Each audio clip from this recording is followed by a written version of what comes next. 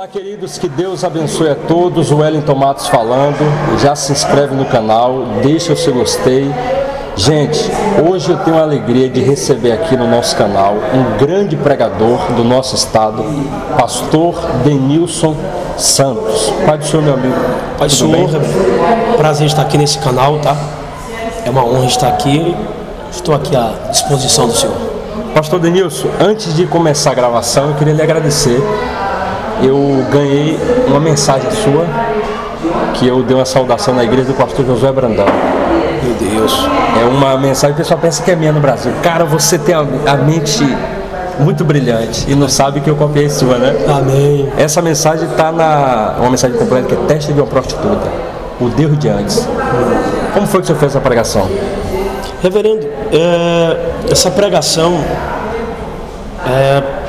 tem mais de 8 anos, parece, ou 10 anos. Tem muito tempo. Eu fui convidado para pregar na minha igreja e falando acerca da teste da prostituta, era uma mensagem que trabalhávamos acerca das mulheres que Deus disse, comparou a ela simplesmente com uma testa de uma prostituta. E por que Deus fez essa comparação? A gente foi lá para a cultura judaica, que as mulheres usavam uma tiara, uma espécie de colar chamado semide ou semide no grego, onde ele colocava aquelas moedas. O que diferenciava ela das outras mulheres era esse colar. Era um símbolo do compromisso de uma aliança que tinha feito com o cônjuge. Então Deus estava dizendo para uma geração que não tinha uma aliança com Ele, que se parecia com as mulheres que se prostituíam com qualquer pessoa. Por isso, teste de uma prostituta. Teste de uma prostituta. Uma mensagem antiga, muito antiga. O senhor tem alguma referência como pregador? Porque as suas mensagens são muito diferenciadas. O que a galera quer saber é como é que o senhor faz essas mensagens, se o senhor tem um mentor, se é de forma direta ou indiretamente, ou se o senhor tem uns materiais, as pesquisas, como é que funciona? Capitão, ao longo do tempo, quando você começa o ministério, você começa a depender da estação e do tempo. Você se espelha em alguém daquele tempo, daquela estação. Só que ao passo que você vai caminhando em direção a Cristo, então suas referenciais começam a mudar, tá? Alguns referenciais para mim, antigo para mim, já não são mais hoje. Exemplo. Por exemplo, eu gostei. Quando o senhor começou a pregar, na verdade, tinha os mentores, é isso? Tinha uns mentores, tipo assim. Acho que sempre se espelhou em alguém. Sim. Sempre teve alguém como referencial, sempre teve alguém como incentivador para você caminhar. As mensagens, fala com as suas mensagens. O pensamento dele parece com os seus pensamentos. Então, quando o tempo muda, a estação muda. Então, quando o seu pensamento começa a mudar, uma linha de raciocínio, de entendimento muda, então você já busca novos referenciais que pense dessa forma, que caminhe dessa forma. Por exemplo, teve um tempo que a gente se espelhava não tão lá atrás, como Dr. Alderir Nelson Rocha. Muita gente no Brasil todo tem as suas bíblias, já pesquisou, já meditou nos seus estudos e me serviu muito para uma estação, para um tempo anterior. O tempo muda e você começa a ter. Hoje, praticamente, eu estou com uma linha mais cristocêntrica. As minhas mensagens eu não consigo falar de outra coisa a não ser de Cristo. Não sei tratar de outro assunto a não ser de Cristo. Sem ter a base ali como... Não. Se eu for falar de Moisés, eu tenho que terminar em Cristo. Se eu falar da arca, eu tenho que terminar em Cristo. Se eu falar do tabernáculo, eu tenho que terminar em Cristo. Porque Cristo é o centro, é a mensagem central da Bíblia. Os profetas falavam acerca dele que viria. Se você pegar as cartas paulinas, Paulo só fala de Cristo. Se você pegar 1 Pedro e 2 Pedro, está falando de Cristo. Apocalipse já começa a carta de revelação de Cristo. Então, passa o tempo, as referenciais mudam, a sua mensagem muda e você agora começa a buscar referenciais que trate e fale das mesmas coisas que você falou agora. Pastor Denilson, quando o jovem pregador começa o ministério, ele, como o senhor falou, ele começa espelhando-se em outros pregadores. E isso é uma sensação boa, porque a gente começa a admirar para querer ser igual, né? Verdade. E quando a gente chega a um nível assim, nacional ou estadual, a gente começa a ter pessoas que admiram a gente. E aqui em Salvador, na Bahia, em outros lugares do Brasil, tem pessoas que se espelham no senhor, imitam o jeito, a mensagem como eu. Nas pregações eu não lembro o jeito, porque não tem aquele fôlego que o senhor tem. Mas as mensagens eu começava ouvindo, o senhor lembra muito bem quando a gente era mais jovem, falava que o pastor Denilson Santos em feira. Pronto, um monte de jovens pregadores. Qual é a sensação de saber que tem jovens que poderiam estar roubando, traficando, cantando funk, tá imitando um pregador, se espelhando nele? Eu poderia dizer que é uma sensação boa, mas eu digo a você que é muito complexo, porque o peso da responsabilidade sobre os seus ombros e a cobrança por você ser um referencial te força você andar mais certo do que você é. Tudo que você fizer... Não, porque tem uma geração que olha para você. Por exemplo, existem pessoas que, infelizmente, tem uma mensagem boa, mas não serve como referencial para a minha geração. Só tem mensagem. É o terceiro casamento, o quarto casamento. Não é uma ovelha, você chega na igreja dele, nem na ceia ele aparece. É um cara que você chega dentro de casa, nem os filhos quer conta dele. Então, referencial não é apenas por conta do talento. A sua vida, a manifestação de Cristo na sua vida, tem que refletir isso. No púlpito, fora do púlpito, sua vida secular, sua vida familiar. Então tem uma grande responsabilidade, porque quanto mais você se aproxima, mais você descobre falhas, descobre erros. É o que o senhor pregou aqui hoje. É por isso que a aproximação é algo muito complicado, né? Quanto mais você se aproxima de alguém, mais você descobre as suas falhas, os seus erros. Então, você se torna íntimo, né? E aí você tem essa preocupação com essa geração. Às vezes eu vou pregar no interior da Bahia, no outro estado, eu estava lá em Mato Grosso do Sul, no aeroporto, aqui, pastor Denilson, como é que está você? Aí você vê o peso da responsabilidade. Em outro estado. Em outro estado. Imagine os indivíduos que não honram a aliança que tem com Deus e sai e faz besteira lá fora, e por conta desse... Acho que ninguém está vendo. Tá? Então você tem uma responsabilidade não apenas no altar, mas a sua vida, a sua conduta. Às vezes eu passo em pedágio, você é o pastor Denilson, eu digo amém e tal. Então tem esse peso para você ser referencial. Você não é só referencial para ele, você é referencial para os seus filhos, você é referencial para a sua esposa, seus amigos. Então é um grande peso sobre os ombros. Pastor Denilson, o que foi que fez o senhor não desistir quando o senhor começou? Porque é muito difícil um jovem. O senhor começou a pregar há quantos anos? Rapaz, acho que comecei a pregar 20 e poucos anos. 20 anos na estrada já. O senhor está com quantos anos hoje? Hoje eu estou com 37. O senhor começou novo? Eu comecei, na verdade, rapaz, eu aceitei Jesus, fiquei um tempo na igreja e eu não queria se envolver. Eu só queria pregar. Só queria pregar. Pra você ter ideia, vou contar algo aqui que talvez algumas pessoas não sabem. Eu trabalhava no Hospital Espanhol, ali na Barra. Salvador. Isso. Por não ter dinheiro, na época, eu cansei de ir na livraria, pegava um livro, lia 4 capítulos do livro, anotava, colocava no lugar e ia embora. Uau. Abria a mão do meu almoço, não almoçava, o meu descanso eu ia para a biblioteca. O senhor não tinha condição de comprar um livro? Não tinha. Eu li muitos livros dentro da biblioteca e você podia ler, sentar. Teológicos ou livros em geral? Livros de diversos temas, né? Tanto teológico... Você gostava de ler mesmo? Gostava. Né? E isso se viu muito. E essa semeadura que eu fiz lá atrás, houve uma colheita depois. Às vezes o povo diz assim, pastor, quais são os livros? Eu disse, não são os livros.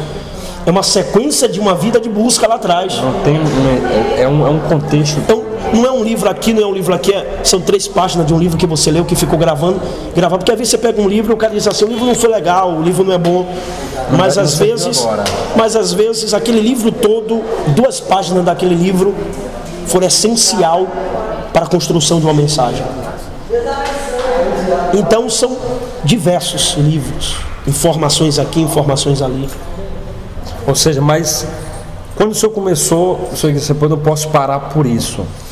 Rapaz, é o seguinte, a gente tá... Que é difícil. A gente tá vivenciando, tipo assim, um tempo, uma geração sem compromisso? Não bem sem compromisso, assim, sem um fervor, sem os propósitos, sem os parâmetros, sem aquele avivamento todo. Sem o que realmente eles querem. Por exemplo, na minha juventude, eu e meus amigos se reuniam, a gente passava a madrugada toda ouvindo mensagens. Nós jovens não sabemos de 12 horas até 5 da manhã. Cansamos de ir andando porque não tínhamos dinheiro. Era um grupo que A maioria desses grupos hoje são pastores, evangelistas. O que nós queríamos naquela época não era nem namorar, a gente queria mais, queria ser cheio, queria crescer no conhecimento. Quanto mais a gente via um pregador pregando e desenvolvendo, você dizia, não, também vou desenvolver. Então a gente abria a campanha. Eu passei praticamente uma vez 6 meses indo todo final de semana para o monte. Só com a equipe? Com a equipe. Tinha dia que a equipe às vezes tinha 8. Não ia todo mundo sempre. 5, 2, mas o dia eu quero. Estava indo. Então, são esses princípios que torna-se coluna para você não desistir ao longo da jornada, né? Enquanto os jovens iam para... Alguns saíam na curtição, a gente se trancava para buscar. Ou seja, o que fez o senhor não desistir quando começou era a leitura e a oração. A leitura e a oração. Tipo o seguinte, assim, eu decidi querer. Eu fiz como Daniel, que a Bíblia diz assim, e Daniel propôs no teu coração. Não foi forçado, foi um desejo. Eu coloquei no meu coração, disse, rapaz, eu quero ser pregador. Eu disse, eu quero pregar a palavra. Meus amigos iam para a vigília em busca do batismo do Espírito Santo, ia para lá para falar com Deus. Deus, me dá o dom da palavra. Desenvolve em mim essa chama. Não tinha outra coisa. Para você ter ideia, que uma vez eu estava, agora já casado, meditando em um texto, e Deus falou fortemente no meu coração. Eu fui logo, rapidamente, acordei minha esposa, disse, minha esposa, acorde rápido. Deus me deu uma revelação. Então isso era para mim algo extraordinário, sobrenatural. Uma mensagem rima de Deus. Eu disse, meu Deus, eu tenho que fazer agora. É agora, tem que criar. E minha esposa acordava, eu pregava para ela, anotava já para preparar para ministrar. Esse era o meu tempo. Pastor Denilson, eu perguntei ao pastor Gilmar Fiuza, quando eu estive entrevistando ele, qual era a melhor mensagem dele. E ele falou que foi uma mensagem que o paralítico levantou, um aleijado. Eu queria saber qual é a sua melhor pregação, no seu ponto de vista. Que a gente que está de fora diz assim, poxa, a melhor mensagem do pastor Denilson é essa. Aí outro vem e diz assim, é essa aqui. Mas o senhor mesmo, qual é a melhor mensagem? São muitas, né? Hoje a minha melhor mensagem, tipo assim, uma mensagem que arde no meu coração. Sempre Deus está colocando algo novo nela. É uma mensagem chamada Laodiceia, um protótipo de Adão. Laodiceia é um protótipo de Adão. O senhor faz uma ligação entre Laodiceia e Adão. Se você olhar para Adão e olhar para Laodiceia, tem algo em comum. Só que Laodiceia ainda está pior que Adão. Então a Bíblia está dizendo que os erros do primeiro homem da criação ainda continua na igreja do fim. E pior ainda do que o erro do começo. Você percorreu a história toda. Por exemplo, quando Adão peca, Adão faz uma vestes, né? Que no original ali significa a vergonha. Ele fez uma veste de vergonha. Ele fez a veste de figueira para cobrir a nudez. Para cobrir. E Deus olhou para ele e Deus não aceitou aquela veste que ele criou. Porque aquela veste ali significa autojustificativa. Ele tentando justificar o seu erro, esconder o teu erro, camuflar o seu erro. A independência humana. O homem tentando tornar-se dependente dele mesmo. Se você olhar para Laodiceia, Laodiceia era uma cidade que era conhecida pela sua grande fábrica de tecidos. Eles fabricavam uma lã negra chamada de... um tecido chamado de lã negra. Lã negra. O mais caro do planeta Terra. Então, naquela época, se eles são fabricantes de tecido, de vestes, Deus olha para Laodiceia e diz assim: aconselho-te que compre de mim vestes. Deus negou a veste deles. Não aceito de você. Não aceito. Vocês estão igual a Adão. Por exemplo, outra coisa. Não, deixa isso para depois quando eles quiserem. Não conta. Por exemplo, quando Adão peca, Adão não se arrepende. Na hora que ele come o fruto. Não. Ele tenta se esconder. O culpado foi Eva ou ele? O culpado de comer o fruto. De comer o fruto, na verdade, houve uma série de consequências. Foi uma crescente. Vem de um, passou para o outro. Porque se ele se posiciona a não fazer o erro da esposa, a história seria outra. Sim. Por exemplo, quando Adão peca e ele tenta se esconder, se num momento ele caísse em arrependimento, porque o que é arrependimento? Uma das coisas que o povo precisa entender é que Deus não perdoa quem pede perdão. Deus perdoa em quem se arrepende. Ou seja, pedir perdão hoje aqui, mas não deixar a prática. Deus não perdoa. Então, o que é que acontece? Laodiceia é uma igreja que não se arrepende. Está pior do que Adão. Sabe por quê? Porque quando Adão pecou, Adão fez uma veste e se envergonhou. Correto? Correto. Aquela veste que ele fez de vergonha, então Adão teve vergonha do teu erro. Só que Laodiceia, Deus diz assim: aconselho-te que compre de mim vestes, para que não seja visto a vergonha da tua nudez. Quer dizer, Adão escondeu a tua nudez. Laodiceia não tem mais vergonha. A igreja do fim não tem vergonha dos seus erros. Tem um pregador em Salvador que tem o mesmo nome que o senhor, pastor Denilson Lima. Eu tive em alguns estados fora, o pessoal confunde muito. E brigaram comigo, essa mensagem de Denilson Lima. Eu falei, não, é de Denilson Santos. É Denilson Lima. Essa aqui é Denilson. Aí confundi até, esse aqui é o Denilson, é o Lima ou o Santos. Como é que o senhor conseguiu lidar na mesma cidade, tendo um pregador tão conhecido como o senhor, praticamente com o mesmo nome? Se eu te dizer que alguns anos atrás, já recebi ligações de pessoas. Sério? Já recebi. Nunca falei isso aqui, estou falando aqui agora nesse canal. As pessoas me ligavam, Denilson, eu digo, pai do senhor, queria chamar para o congresso e tal. Eu só falava Denilson. Aí na conversa daqui a pouco, é o Denilson Lima de tal, eu digo, não, é o Denilson Santos. Já era outro. Aí daqui a pouco, não, depois eu torno a ligar, tal, né? Por questão de... Só que o tempo passou, tipo assim, Denilson Lima é um mestre. Denilson Lima é um grande referencial dentro do nosso estado, né? Ele começou na sua época também? Ele não. De Pirá, né? Na época que eu era obreiro, ele já pregava. Denilson já pregava. Denilson já pregou na minha igreja, na época que eu era obreiro, mais de 40 vezes. Sempre. E quando ele ia, eu dizia, meu Deus, foi um estímulo, né? Ou seja, o senhor admirava ele. Admirar. Só que o ministério de Denilson Lima caminha-se em uma direção, sim, em uma ferramenta. Hoje nós construímos nosso ministério, temos uma ferramenta também. Hoje o povo sabe diferenciar Denilson Lima e Denilson Santos. Cada um tem um estilo. Tem um estilo. Ele tem um estilo próprio, hoje eu tenho um estilo próprio meu. O senhor é considerado em Salvador como o pai das teses. Tem gente que está me assistindo aqui agora, jovem pregador, que não sabe ainda o que é tese.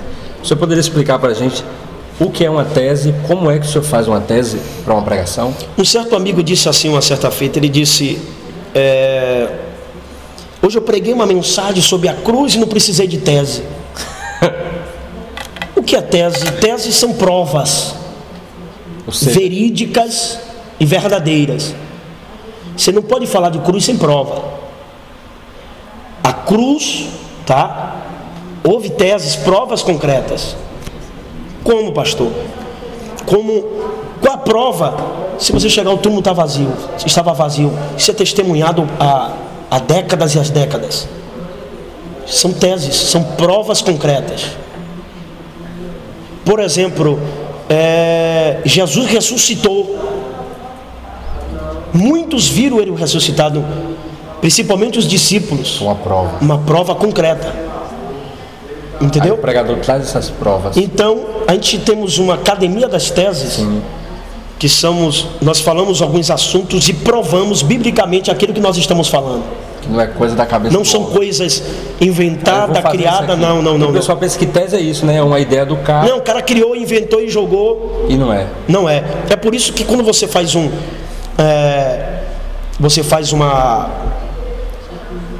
alcança, né, um nível teológico, Você precisa criar uma tese e provar a sua tese, defender a sua tese, provar que é verdade, biblicamente. Pegar um versículo, Não. Tem que provar isso aqui. Tem que provar. Então, nós criamos a Academia das Teses, onde algumas teses nós provamos biblicamente tudo que falamos. E às vezes dá um nó na cabeça, porque o cara nunca ouviu algumas coisas. Ele disse assim: de onde é que esse cara tirou isso? Está na Bíblia. E por sinal, quando o seu lança na internet, aí algumas pessoas que nos acompanham têm sido edificadas através dessas teses. Você fica chateado quando alguém copia alguma coisa e põe o nome, tira o seu nome e põe o dele? Eu já fiquei. Por exemplo, assim, muita gente, tinha uns caras que estavam na nossa rede social lá do Sul, que quando a gente, só seguia para isso. Quando eu entrei uma vez, eu estava passando sem querer, entrei uma vez, eu vi lá várias mensagens com o nome dele. Aí você falou: chamei minha esposa para quê? Né? Porque quando você ainda vive domínio, tá? Sem propósito eterno, então essas coisas hoje, quando você é dominado pelo Espírito, de dessas coisas a Bíblia diz que bem-aventurado é aquele que dá semente ao que semeia.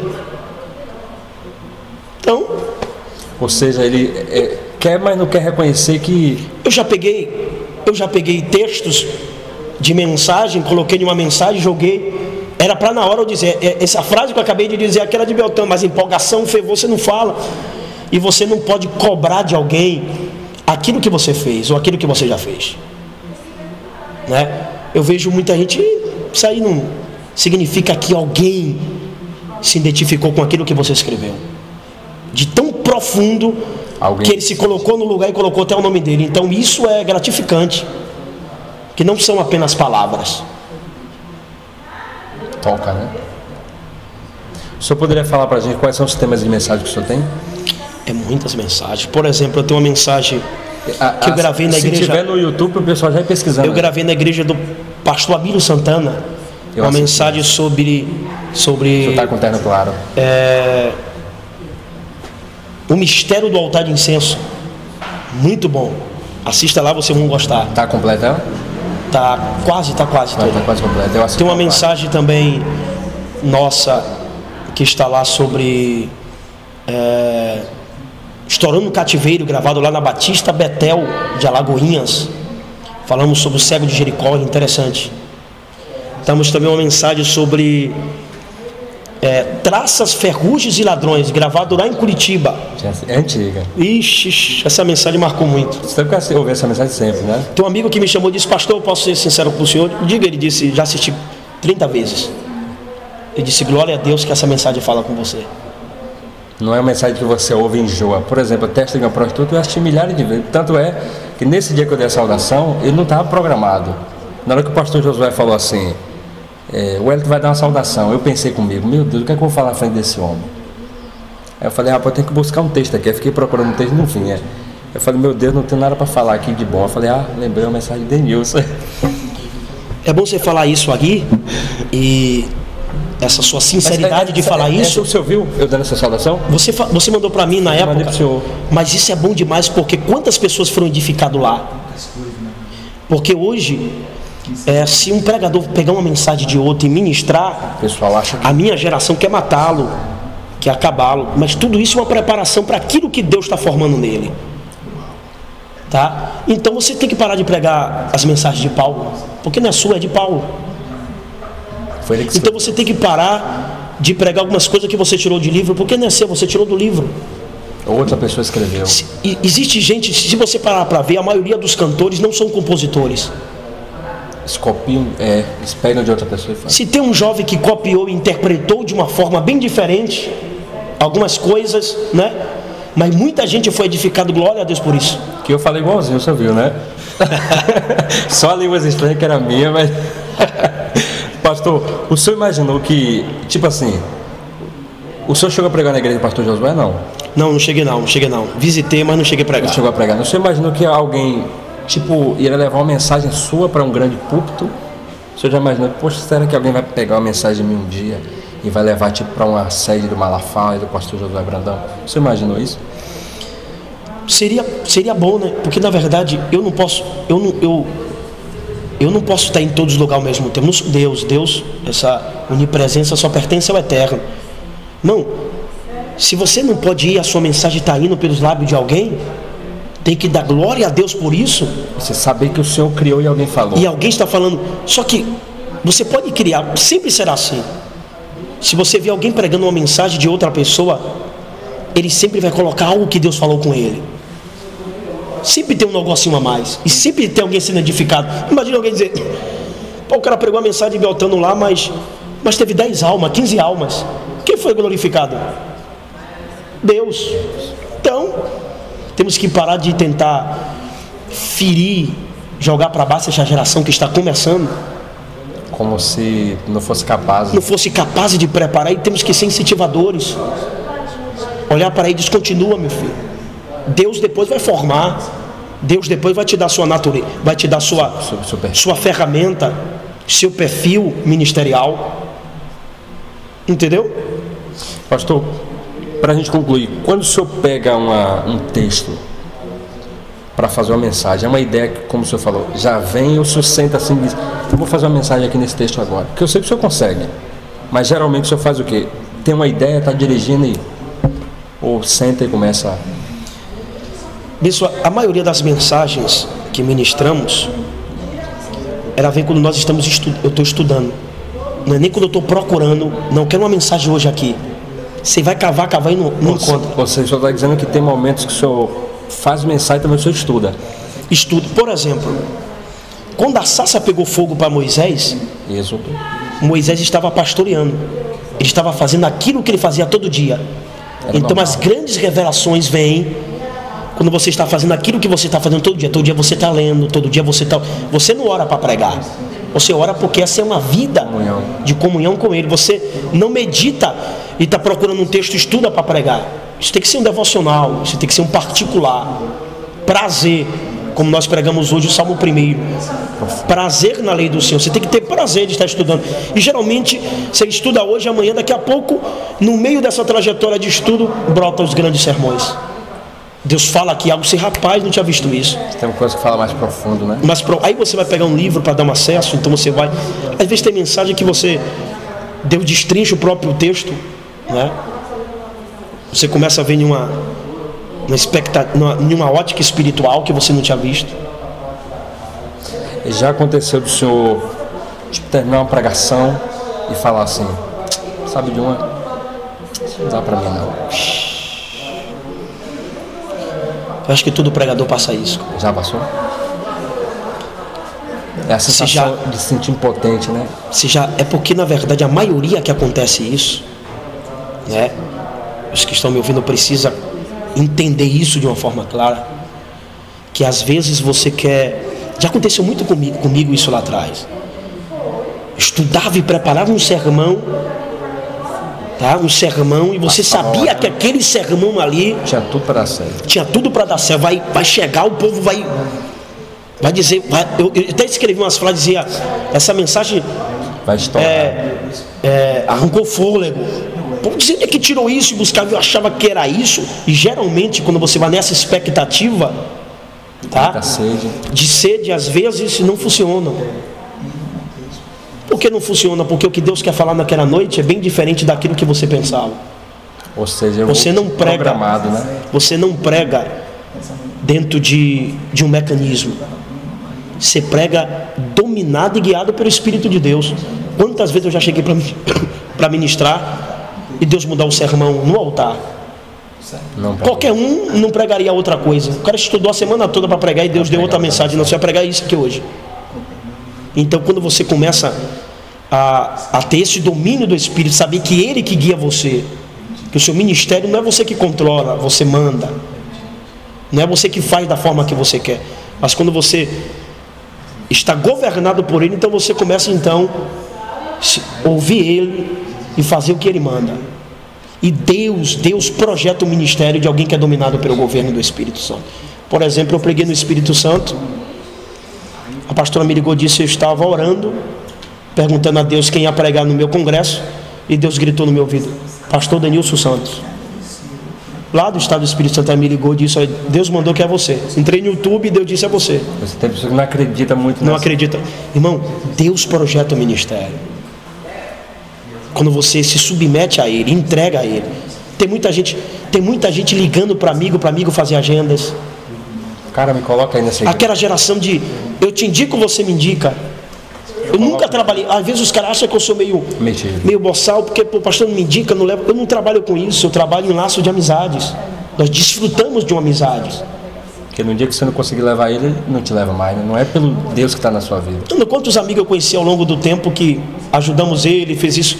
E por você, ele toda vez que vem te liga 10, 15 vezes para você fazer na agenda, achando que amizade é troca de agenda. Eu não trabalho dessa forma, nunca trabalhei. Na época lá do início que o senhor começou, já houve casos de amigos seus que começaram naquela coisa toda, se perder no meio do caminho, e isso lhe deixar um pouco meio que emocionalmente abalado? Já muitos. Porque na verdade, quando aquele texto que a Bíblia fala que Deus tirou do espírito de Moisés e encheu os 70 anciões. Sim. Na verdade são 68, porque 2 jovens estavam fora do arraial. Não pegou. Os 68, a Bíblia diz que profetizaram e pararam. Há uma geração que começou bem. Só que eles começaram bem, mas de forma errada. Não estavam debaixo de um sacerdote. Não existe ministério sem sacerdote. Se muitos de amigos meus que pregaram lá atrás, fervor, uma mensagem de Deus, tivesse um sacerdote para aconselhar, muitos dos erros não tinham acontecido. Ou seja, eram talentosos, mas largados. Largados, não tinham um sacerdote, não tinham um compromisso com a família. São coisas que parecem sempre... Não tinham. Tipo assim, você para uma gama de pessoas que eles não sentam para aprender. Eles vivem a vida toda como a síndrome do papagaio. Repete o que o outro falou. E se o outro falou errado, ele também fala errado. Se falar, eu li... Não, tinha um amigo que eu falei com ele, pare com isso, porque tudo que ele falava, ele disse, Flávio Josefo falou. Eu falei, qual livro, rapaz? Tudo que ele falava. Não. Tem muitas pregações na internet. Não, Flávio Josefo falou. Quem falou quando isso aqui? Você vai procurar, não tem. Não, de que livro foi? Me diga aí que eu vou dar uma olhada nisso. Cadê a página? Isso é profundo. Não, porque ele ouviu alguém falar, ele também repetiu isso. E esse é perigoso. Ele não era bem ocupado, né? É um cara assim que não teve... Ele não sentava, não ia para a escola dominical da sua igreja. Não ia para o estudo bíblico da sua igreja. É aquele cara que se assemelha a Jonas. Quando Jonas estava escondido, o cara perguntou, quem é você? De onde vem? Qual a sua origem? Não tinha. Meio perigoso isso. O senhor é pastor de uma igreja batista ou o senhor congrega na igreja batista? Hoje eu sou pastor de uma igreja batista. Sou pastoreio. Pastoreio. Mas houve uma época que o senhor era só itinerante. Itinerante, mas sempre fui da Batista. Sempre foi da Batista. Sempre. Isso foi uma barreira que eu tive que enfrentar e ver a bondade e a manifestação de Deus. Porque alguém dizia, como é que um pregador batista já pregou em quase todas as sedes da Assembleia de Deus da Bahia? Verdade. Eu particularmente, eu sou um milagre vivo da manifestação e a bondade de Deus. O senhor sempre foi de uma igreja batista? Sempre. E pregava em outras congregações? Acho que quase 80, 90% da minha agenda são assembleanos. E quem vê o senhor pensa que o senhor é de igreja pentecostal, né? Não, às vezes pensa que eu sou da igreja mesmo, Assembleia de Deus. Por quê? O estilo de mensagem? Estilo de mensagem, por exemplo, postura. Eu já preguei em 4 convenções assembleanas. Uau! Isso é uma prova viva que Deus não está preso em placa de denominação. Porque se Deus só exalta alguém de uma determinada dominação, então Deus é limitado. Eu conheço amigos que olhou para mim e disse assim, pastor, eu era assembleano. Na época. Hoje eu estou na Batista, porque eu disse para Deus, se você fez na vida dele, vai fazer na minha. Saiu dessa. Saiu. Porque hoje Deus está usando pessoas aí que você diz assim, de onde é que esse cara veio? O cara é metodista. É de qual convenção? O cara é presbiteriano. Você prega Hernando Dias Lopes, um grande mestre. passa pela Assembleia. Paulo Júnior. Paulo Júnior. São pessoas que são referenciais e não são assembleanos.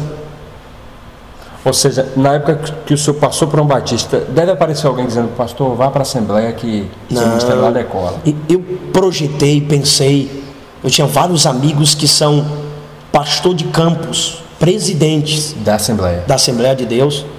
Né? Se vier para cá, eu lhe ajudo. Vim para cá, tal. Só que a gente fui bem pastoreado. Eu tenho um pastor que, além de ser meu pastor, é meu amigo. Né? E eu, Da Arvoredo. do Arvoredo, meu bispo, o Idson Tavares, né? Igrejona, né? Igrejona, um aconselhador, um referencial dentro da nossa Bahia. E o que acontece? Então, eu disse, rapaz, se Deus para fazer alguma coisa depender disso, então Deus é limitado. E eu acredito que por conta disso desencadeou muita coisa boa. Por exemplo, incentivou muita gente de outro ministério que começou a acreditar também. Se deu certo com ele, vai dar certo. E outra, porque hoje o que conta mais, a Bíblia diz o seguinte, ó, que o melhor do que o bom perfume é a boa fama. Sim. Quando você tem uma postura ética cristã, entendeu? Você entra, sai, o povo te chama, o povo te convida de novo. Que não adianta você dar Assembleia e está tudo queimado. Não adianta. Hoje a gente tem estados, tem grandes igrejas que a gente volta 4, 5 vezes no ano. Pregamos nos congressos jovens, adolescentes, mulheres, porque não é apenas a mensagem, é a sua vida em si. É uma história, né? Uma grande história. Pastor, quando eu estive morando em outros estados fora, surgiu-se uma pergunta entre os pregadores. Poxa, tem estado aqui que dá certo, tem lugares ali que não dá. Qual é o melhor estado para o pregador morar? Existe isso, né? Se você ir para São Paulo, lá o ministério decola. Se ir para o Rio, é melhor. Se ficar em tal lugar, lá não é bom. O senhor acredita que essa ideia de estado ajuda alguma coisa ou é... Porque tem a ver um pouco com essa questão da igreja, assim, né? Existem estados que você percebe que há muitos exegetas bons, homens que dominam textos bíblicos, conhecido, né? Existem estados que você pouco ouve falar de cantores e pregadores daquela região. Só que aí que está o grande desafio, é você florescer aonde ninguém floresceu. Se você conseguir, vai fazer uma... Porque quando Moisés, Deus disse a Arão que a vara de Arão ia florescer, era impossível. Tá? Deus chamou os cabeças da tribo e a vara de Arão floresceu no meio deles. Tem uma geração aí dos estados crescendo, irmão. Se você tiver com a fidelidade ao eterno Deus, até no deserto, debaixo da sua submissão a Ele, irmão, Deus desenvolve o seu ministério onde te colocou. Então, por que o povo ia atrás de João Batista no deserto? O que é que o deserto tinha de atrativo? Então, não é o lugar, é o Deus na pessoa. Não é a região. Porque onde Isaac cavava dava água. Então o mistério não está no lugar, o mistério está com a pessoa. Tem um texto que diz, se você for para cá, eu vou para lá. É aquilo que aconteceu com Ló e Abraão. Um olhou e disse, não, lá vai dar certo. Outro disse, aonde eu estiver vai dar certo, escolha. Porque você precisa ter convicção da sua ferramenta e o Deus que você serve. Não é o local. Não é o local. O senhor é casado? Sou casado. Como é o nome da sua esposa? Letícia Rodrigues Leão. Ela é pastora? Pastora. O senhor tem filhos? Quantos filhos? Tenho 2 filhos. Tenho um de 15 e uma de 12. Samuel e Ana Vitória. Menino e menina. Menino e menina. Pastor, para quem está assistindo a gente agora e quiser agendar o senhor, como é que faz? Nosso contato é... Você não vai falar com assessoria, você não vai falar... Você fala diretamente conosco. Né? Porque tem gente que tem aquele rodeio e tal. E às vezes é até ele mesmo, né? Que tem outro número e diz, não, eu sou meu assessor. 71071, DDD de Salvador. O 9151-6883. É o nosso zap e o nosso time. E as suas redes sociais? Instagram? Nossa rede social você vai encontrar lá PR Denilson Santos, é o nosso Instagram. Tem uma barra, alguma coisa não, né? Só... Não, tudo junto. E lá no nosso Facebook você vai encontrar lá Pastor? Denilson Santos. Não tá para PR? Com 2L, não. Tá com PR, não. Denilson Santos com 2L. É porque o povo procurava, a gente botava o PR e às vezes tornava um pouquinho mais complicado. Denilson com 2L. Porque eu já botei uma vez lá, tinha vários Denilson Santos, eu disse, deixa eu botar um. E os nomes são fáceis, né? São fáceis. E alguns são até pregadores. O senhor tem alguma ideia formada sobre essa ideia de ofertar um pregador? Porque o pessoal, geralmente mais de igreja pentecostal, né? Olha assim e diz, poxa, esse é homem de Deus, eu vou levar lá. Aí quando o cara diz, não, tem que ser assim, aí, poxa. É porque o pessoal precisa aprender o princípio de honra, tá? De você honrar. Quando a Bíblia disse que o povo trazia e jogava nos pés dos apóstolos, era honra. Era honra. Ele via aquele como representante, como um representante da eternidade. Esse homem de Deus eu vou... Não, esse homem precisa ser honrado. Esse homem de Deus está fazendo aqui uma missão eterna. Ele é que a Bíblia chama de um embaixador do reino. É alguém que está representando um reino distante. Então, enquanto o povo... Porque critica-se muito hoje acerca disso. Não, cobra fulano, bate por... Mas a maioria dessas pessoas que critica... que paga pregador, que tem que fazer, são as pessoas que não honram nem os pregadores da região dele. Tem um amigo que veio pregar, o amigo praticamente vivia disso, tá? E às vezes nem levar em casa leva, deixava no ponto, largava lá, jogava lá. Então hoje nós trabalhamos com uma nova linha. Tipo, por exemplo, o pessoal, pastor, quanto é que cobra para te levar, qual o valor? Diz, irmãos, o que você pode fazer pelo obreiro de Deus? Honre o homem de Deus. Ou seja, literalmente uma oferta. Uma oferta. E algumas pessoas já começaram a entender esse princípio de honra. Outros não. Né? Demora. Tipo assim, tem pessoas que querem que você pegue um ônibus de 13 horas de viagem e disse aqui, pastor... Um avião, né? Não. Às vezes ele não tem, você entende, você vai de ônibus, não é que você... Ele quer que você viaje 3 horas de ônibus. Agenda você daqui para o final do ano, ele diz assim para você, pastor... Não podemos te dar nada. Eu disse, tudo bem, só que eu sou pastor de igreja. Eu vou deixar minha igreja. Eu vou sair daqui. Sou casado, eu tenho uma família, tenho uma vida. Quer dizer, você percebe que essas pessoas não entendem o que é princípio de honra. Porque a Bíblia diz que aquele que vive do altar, coma do altar. É bíblico. Se o povo começasse a honrar o ministro de Deus, muitos ministros de Deus deixariam de cobrar. Sabe? É como se fosse assim, se eu falar que não é nada, ele não dá nada. Porque tem coisa que você precisa sentir. A Bíblia diz que você tem que fazer com o próximo aquilo que você queria que fizesse com você. Você quer ser honrado, então honre. Ama ao teu próximo como a ti mesmo. Você precisa honrar. Então, por que hoje acontece essa geração aí, né? Que é digno de ser honrado, mas você vê algumas extravagâncias. Por conta desses indivíduos que não entendem o princípio de honra. Eles que prejudicaram, eles mesmos foram os fatores, são os causadores. Porque se eles honrassem, tá? Hoje, por exemplo, eu sou pastor de igreja, eu não levo ninguém lá na igreja que eu não posso honrá-lo. Então eu não levo. Porque você já passou por isso, sabe como é que é, né? Tem gente que, por exemplo, tem gente que você não sabe, o cara tem 5 filhos. E não conta, a galera não... Porque a pessoa precisa entender que aquele que foi chamado do altar, tudo que ele quiser fazer, ele não consegue mais. Ele está aliançado com o altar. Tudo que ele for fazer... Não. Ele vai abrir uma loja, vai fazer isso aqui, não tem como mais. Ele está ligado no altar. Se ele está ligado então ao altar, a vida dele, ele vive do altar constantemente, de uma forma corriqueira e diária, para o altar.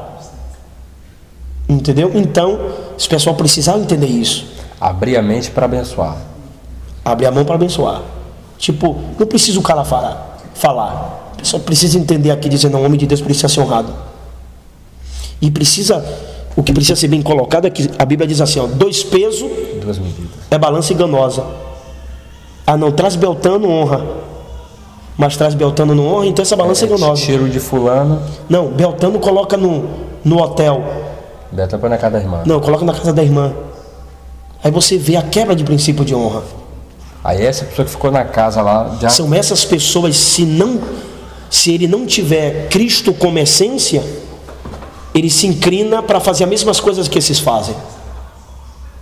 Então essas pessoas que cobram, que faz isso, deveria assumir uma postura diferente para ver as coisas mudando. E como eles não mudam, as coisas também não mudam. Vai ficar dessa forma. Vai ficar da mesma forma. Pastor, o senhor escreveu algum livro? O senhor estava Eu tenho, na verdade, 2 livros escritos, mas ainda não foi lançado. Na verdade, eu tenho já preparado, mas ainda não foi lançado. Já está no forno. Eu tenho um que é Uso e Costume Judaico. O senhor anunciou ele. Isso, Uso e Costume Judaico, que é Você Sabia? O nome do livro é Você Sabia? Tá? É um livro que nós tratamos sobre informação judaica, seculares e algumas coisas a mais. E o outro livro é Resgatando Tesouros das Profundezas. Então são 3 livros. São 2. 2. Os outros são só apostilas. Ok. Pastor Denilson, muito obrigado pela entrevista. Eu que agradeço, meu amigo. Eu vou fazer, para não ficar muito longo, eu vou colocar algumas partes. Vou jogar logo uma primeira entrevista de 20, 25 minutos. Amém. E depois eu vou colocar uns flashes de uma parte. Mas eu queria que o senhor, antes de qualquer coisa, mandasse um abraço para o seu pastor presidente. Tá? Estou aqui, quero mandar um grande abraço aí, o meu respeito e admiração pelo meu pastor presidente. Sou pastor e tenho um pastor Whitson Tavares, presidente do Ministério Batista do Alvorido, fica ali no bairro de Tancredo dos Neves. Tá? Ele é meu mentor, ele é meu sacerdote. Eu tive uma vez lá pregando. Teve lá? Com o filho dele, pastor Wagner. Não, a maioria dos pregadores, por misericórdia e bondade de Deus, do Brasil já ministrou lá. E o pessoal tem vontade. Tem. Não, na verdade é um ministério referencial. Deus, por bondade, tem projetado a cada dia. Para quem não sabe, a igreja em Salvador que tem uma bandeirinha assim, ó, do lado. Ainda tem aquela bandeira? Tem ali. Na verdade, aquelas bandeiras são um ato profético, né? Foi o próprio bispo que colocou. Acredito que o ministério vai atingir e vai chegar em todas aquelas nações. Por exemplo, já tem hoje igreja já na Itália. Já tem outros países. Chegando em Portugal, tem outros países. Pastor Denilson, muito obrigado. Deus abençoe a todos. Deus te abençoe, meu amigo. O senhor tem canal no YouTube? Tem um canal, mas meio ainda. Você poderia pegar pesado com as pregações lá, né? Vou pegar. E a Derlan tá pegando suas pregações, tudo tá colocando. Obrigado, pastor Denilson. Deus abençoe. Amém, meu. Deus te abençoe.